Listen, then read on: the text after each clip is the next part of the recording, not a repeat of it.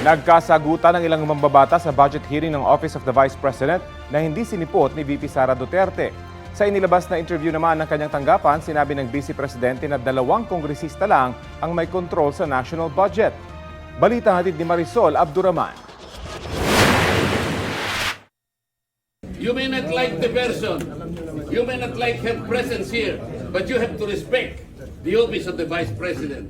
No-show si Vice President Sara Duterte sa pagpapatuloy ng deliberasyon ng Kamara sa budget ng Office of the Vice President. Pero gaya noong huling pagdinig, mataas ang tensyon sa Kamara. Tanong ni Sagip Party List Representative Rodante Marcoleta, isasantabi na ba ang tradisyong bigyan ng kortesiyang OVP pagdating sa agarang pag-aproba ng budget nito? Wala na dapat tanungan. Ba't ang nangyari, barrage of questions. That's why I'm asking. Bakit natin ginawa yun earlier? Are we not already respecting a tradition well kept by this House? Nagkainitan pa nung sinuspindi ang hearing. Why is that speed? Di ba kami pwede salita? We are also members, we just same. Nang ituloy ang pagdinig, For non-tradition.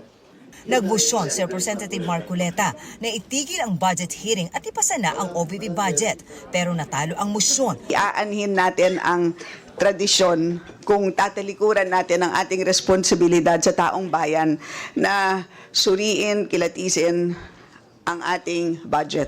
Bukod sa wala ang bise, wala rin kahit isang staff ng OVP na dumalo sa pagdinig. The head of agency should be present. And I do not care even if she is the Vice President, Madam Chair. I will not allow that Congress will be insulted by the head of any agency. Sa sulat na ipinadala ni VP Sara kay House Speaker Martin Romualdez, sinabi niyang ipinauubay na niya sa House Appropriations Committee ang kanilang budget. Nasa committee naman na daw lahat ang dokumento kaugnay ng hinihingi nilang budget. Batinela to the max. Kung hindi po kayo makakasagot, Madam, ang tinanong ko na sa inyo, I am now moving. Oh. May pratinela pa? Mga taga-COA at Budget Department ang sumagot sa tanong ng mga kongresista. Kabilang ang tungkol sa 53 million pesos na gastos sa taunang renta at gamit ng 12 satellite offices na ipinatayo ng OVP noong 2023. Pati ang mga umunay pa expired at hindi na ipamahaging relief goods ng OVP at 65 million pesos na unliquidated na pondo. Not submitted within the time given with the OBP, we will address it or issue a notice of suspension.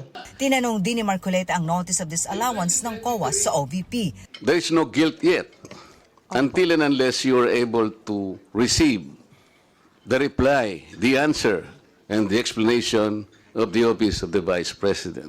That is correct po. And it Have you received a copy? of the reply po. Yes. They have not yet replied. Sa huli, na-defer ang termination ng pagdinig sa 2025 budget ng OVP. Patuloy naming kinukuha ang panig ni Vice President Duterte hinggil sa mga issue na ipinupukol sa kanya. Kasabay ng deliberasyon sa Kamara, may inilabas ulit na video ang kanyang tanggapan. Dito, inakusahan ng busy ang House Speaker at si House Appropriations Committee Chairman Zaldico. Ang budget ng Pilipinas ay hawak lang ng 2 tao. Hawak lang siya ni Congressman Zaldico at ni Congressman Martin Romualdez. Noong 2023 raw, may inaprubuhan ng 5 billion pesos na budget sa Department of Education para sa pagpapatayo ng classroom. Nagulat ako kasi merong mga lumapit na miyembro ng House na humihingi. Hinihingi nila yung 5 billion, parte ng 5 billion na budget. Magkano ba ang amin dyan? So sinabi ko, hindi pwede ito. Kasi ang mangyayari nito, hindi magagawa ng Department of Education ang trabaho namin na mag-construct ng classroom. Nang hindi raw siya pumayag, lumobo ang budget sa 15 billion pesos sa aprobadong National Budget o General Appropriations Act. Pero yung idinagdag, Yung 10 billion na yon hindi kontrolado ng Department of Education. Controlled yon ni Congressman Zaldico at Congressman Martin Romualdez. sa taong ito naman, binawasan umano ng Kamara ng 5 billion pesos ang budget para sa classroom repairs ng DepEd at idinagdag sa classroom construction. Pero ayon sa bise, naglakip ang Kamara ng listahan kung saan itatayo ang mga classroom. Dagdag ko lang yan doon sa confirmation na kinuha nila yung budget ng DepEd at isa yan sa mga rason kung bakit ako nag-resign sa Department of Education. Hindi na ako papayag na sa susunod na taon, ganyan pa rin ang gawin nila at ako yung mananagot sa ginagawa nila. Hiningan namin ng pahayag ang opisina ng Speaker Romualdez, pero wala pa silang pahayag sa ngayon. Si Representative Ko naman, tinawag na panluloko ang sinabi ng bise na kontrolado umano nila ni Romualdez ang national budget. Napakalaking pambubudol. Akala nila ang taong bayan hindi matalino. Matalino po. Sasagutin po natin yan. Una-una po, ang miyembro po ng appropriations is around 139. Ang vice chair po is around 56. Ang congressman po is 300. Meron po tayong mga senador na 24. Meron pong miyembro ng Bicameral Conference Committee. Almost 30 po ang nag-a-attend yan. Pinasaringan din niya ang bise kaugnay sa paggamit ng confidential fund noong 2022. At tandaan, COA at hindi Kongreso ang nagsasabing mali ang paggamit ng 73 million sa 125 million confidential funds na ginamit lang sa loob ng 11 days.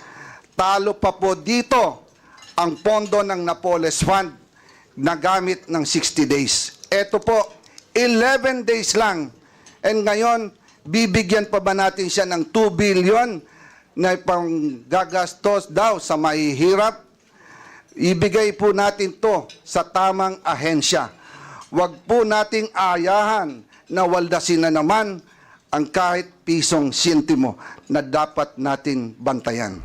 Hiningan namin ng tugon dito si VP Sara. Marisol Abduraman, nagbabalita para sa GMA Integrated News.